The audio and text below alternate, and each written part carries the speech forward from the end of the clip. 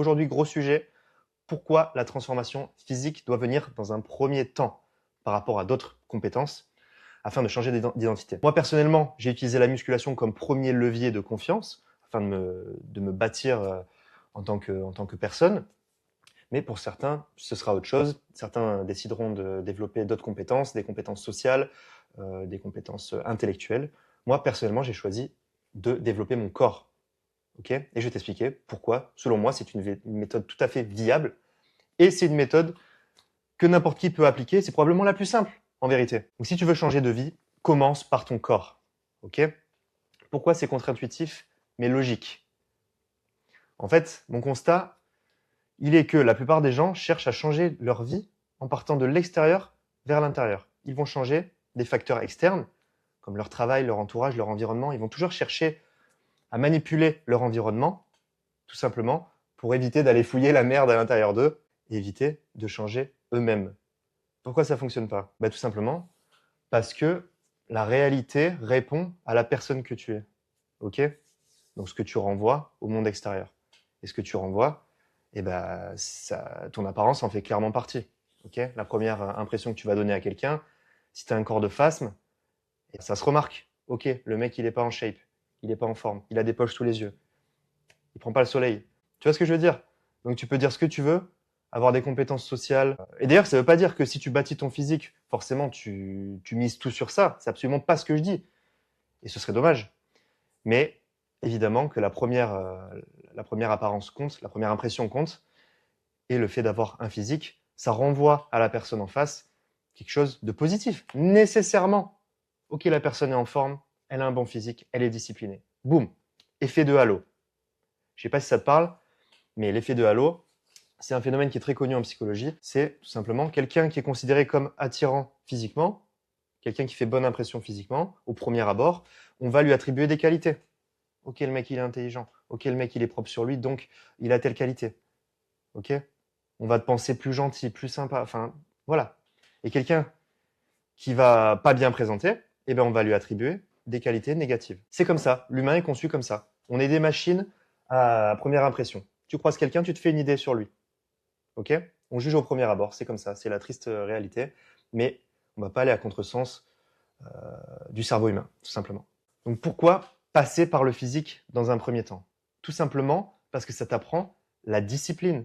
Ça t'apprend à faire les choses quand tu n'as pas envie de les faire. Est-ce que tu as envie d'aller 4 fois à la salle dans la semaine? Pas forcément. Certains ont le temps, certains ont l'envie, mais il y en a qui n'ont pas le temps et qui n'ont pas forcément l'envie. Ils ont envie de changer physiquement, mais ils n'ont pas envie de prendre 1 heure de leur temps pour ça, pour aller se buter la gueule à la salle, transpirer, tu vois, dans une salle bondée. Mais tu vas le faire parce que tu sais pourquoi tu le fais. Ok? Et ça va développer ta discipline. Et au début, tu vas développer cette discipline pour le sport, et ensuite, ça va commencer à s'appliquer dans d'autres sphères de ta vie. Tu vois, des trucs à la con. T'as pas envie de faire le ménage, mais comme tu es habitué à faire les trucs que t'as pas envie de faire, tu le fais. T'as pas envie d'aller bosser aujourd'hui, mais quand même, tu vas arriver à l'heure aujourd'hui, parce que tu as l'habitude de faire les trucs que t'as pas envie de faire. Et en fait, tu commences vraiment à voir la vie comme un challenge qui est facile, en fait. Parce que tu as l'habitude de te faire violence. Tu as l'habitude d'aller à la salle et de faire souffrir ton corps alors que tu n'en as pas envie. Donc, ça s'applique à tout le reste. Parce que ton cerveau, il ne fait pas la différence. Est-ce que c'est pour le sport ou est-ce que c'est pour autre chose? Tu vois? Mais toi, ta discipline, tu l'as. Tu l'as travaillée avec la salle de sport. Donc, chaque séance que tu fais, quand tu n'en as pas envie, compte-le comme une répétition de cette compétence. Plus tu répètes cette compétence, plus tu la renforces. Plus c'est ta norme. Plus tu es résilient. Et ça se transfère à tout. Le boulot, les projets, les relations, tout. Elle te prouve aussi que tu es capable de tenir une promesse envers toi-même. C'est le fondement de la confiance en soi. Tu vois? Tu vas être de moins en moins dépendant des compliments des autres, de la vie des autres, tout simplement parce que toi, tu sais que tu es en shape, tu sais que tu es en forme, tu sais ce que tu vaux en fait. Tu te butes 4 fois par semaine à la salle, ou plus. Donc tu sais ce que tu vaux. T'as plus besoin qu'on te dise oh tiens, t'as l'air en forme aujourd'hui. Mec, je sais que je suis en forme. Normal, je m'entraîne. Et même si les résultats ils sont pas visibles directement, mentalement, tu sais que tu fais le taf. Tu vois, t'as peut-être pas le corps de tes rêves, pas encore, mais tu sais que tu es en train de faire le nécessaire. Et ça booste clairement ta confiance en toi. Et justement, en parlant d'évolution physique, ça t'apprend à jouer à un jeu long, au jeu du long terme. Parce que les résultats physiques, ils sont lents. Ok? Pour un débutant, ils seront quand même plus rapides que pour une personne avancée. Parce qu'évidemment, quand tu pars de zéro, bon, bah, peu importe l'exercice que tu vas faire, tu vas progresser dans tous les cas. Mais plus tu vas avoir un haut niveau, plus il faudra optimiser, plus il faudra passer de temps sur une compétence précise pour augmenter ne serait-ce que de 1%.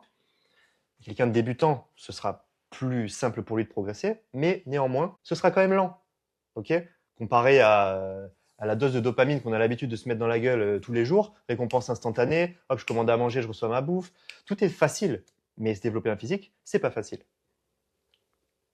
Donc tu apprends à travailler sans récompense immédiate. C'est une compétence rare et précieuse dans le monde d'aujourd'hui. Le fait de savoir gérer l'inconfort, la douleur musculaire, la fatigue, l'envie d'arrêter, parce que en fin de série, chaque répétition, t'as envie d'arrêter. T'en as marre, tu veux plus la pousser cette barre. Tu veux pas faire cette pompe en plus. T'en as marre, c'est bon, terminé. Mais tu vas quand même la faire. Et comme je t'ai dit juste avant, chaque répétition que tu fais, tu renforces cette compétence de discipline. Donc tu élargis ton seuil de tolérance. Tu grappilles à chaque fois, encore, de la confiance, de l'assurance et de la discipline. Et quand tu es à la salle et que tu en as marre et que ça fait 1 heure que tu t'entraînes, tu es en sueur, tu n'en peux plus et tu as une journée de travail dans les pattes, tu te regardes dans le miroir sans filtre, mec. Il n'y a pas d'excuses qui tiennent face à une barre de traction. C'est toi, tu es tout seul avec tes écouteurs en face de ta barre de traction. C'est toi et ta volonté.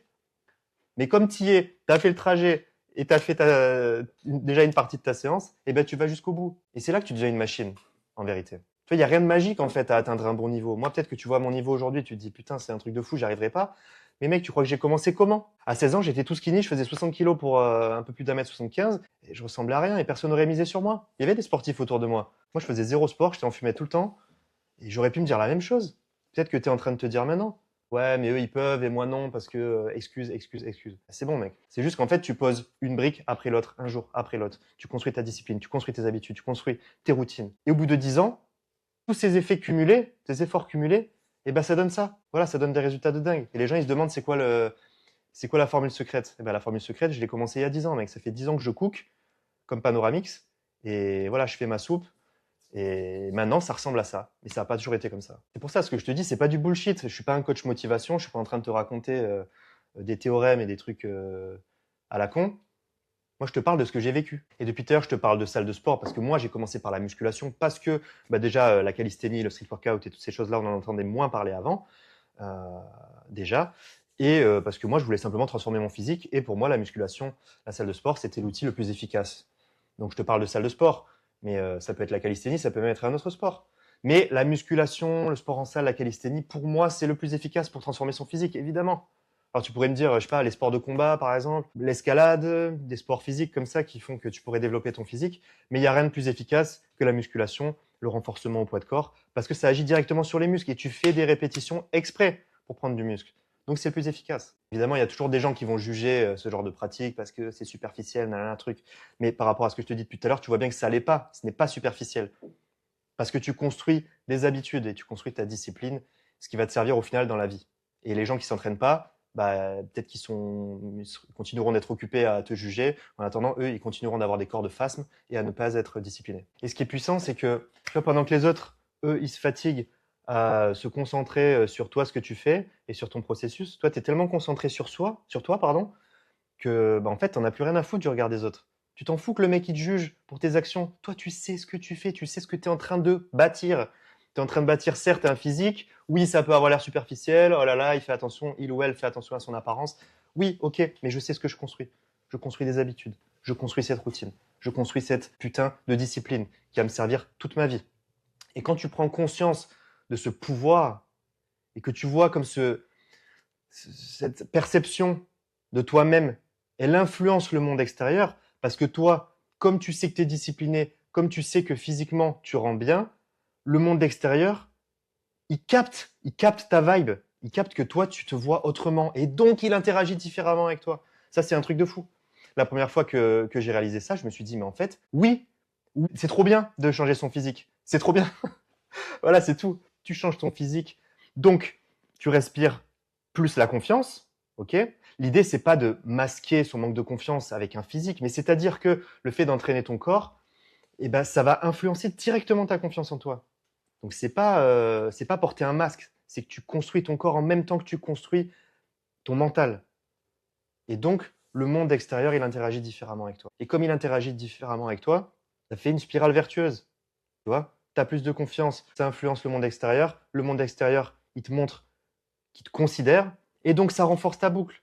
Et c'est un truc de fou. Donc, les losers qui te disent ouais, prends pas trop de muscles, c'est assez comme ça, vas-y, t'es assez bien comme ça, vas-y, pourquoi tu fais de la muscu, pourquoi tu veux renforcer tes pecs, eh ben, tu t'en fous.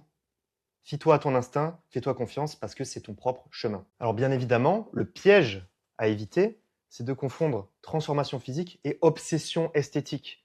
Moi, je suis tombé précisément dans ce piège parce que je suis parti d'un point où j'avais absolument pas confiance en moi. J'ai commencé à transformer mon physique. Je voyais que du coup, on interagissait différemment avec moi. Et je me suis dit, en fait, j'ai commencé à me définir par mon physique. Donc j'ai fait super attention à mon apparence. Il faut que je présente comme ça je fais attention. Je passe du temps à me coiffer, je passe du temps à me préparer. En fait, je me définissais par mon apparence. Et ça, c'est extrêmement toxique, bien évidemment, parce que le corps, bah, il change, c'est pas toujours le même. Et quand tu es à la salle avec une certaine lumière, ça rend d'une certaine manière. Et le matin au réveil, avec une mauvaise lumière, bah mec, t'as une sale gueule. Et puis c'est comme ça, tu vois, ça peut arriver. Et comme le physique, il change, ton mood, il change aussi en conséquence de ton physique.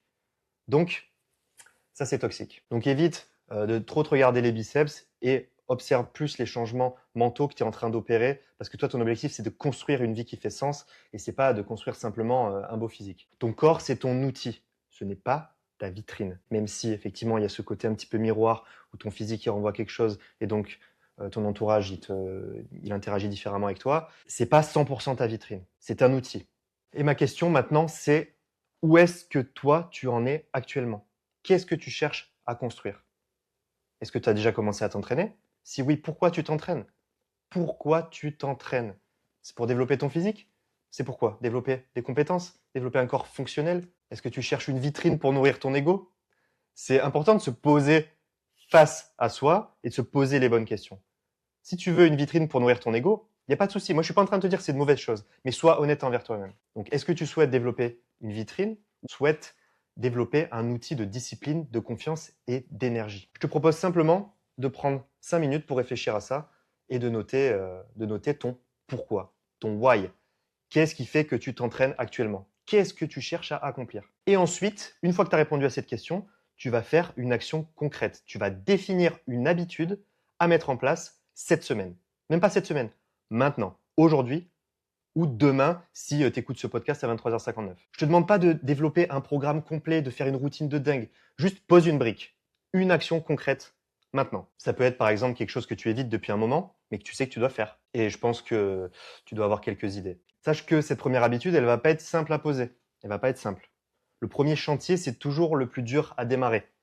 Mais à la fois, c'est celui qui change tout. Donc trouve cette habitude, mets-la en place chaque jour pendant une semaine et observe les résultats tout simplement. Observe à quel point ça commence à devenir ta routine petit à petit. Ça devient normal, comme aller à la salle.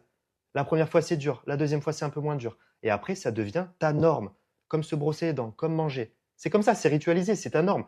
Et bien, t'entraîner, développer ton physique et ta discipline, ça devrait être la même chose. Et je vais te laisser sur ces paroles. Donc si cet épisode t'a été utile, tu es libre de laisser un avis 5 étoiles sur le podcast. Ça aide pour le référencement et ça contribue à propager cette invitation à progresser. Donc je te remercie d'avoir pris le temps de m'écouter et surtout, continue de bâtir. Ne subis pas.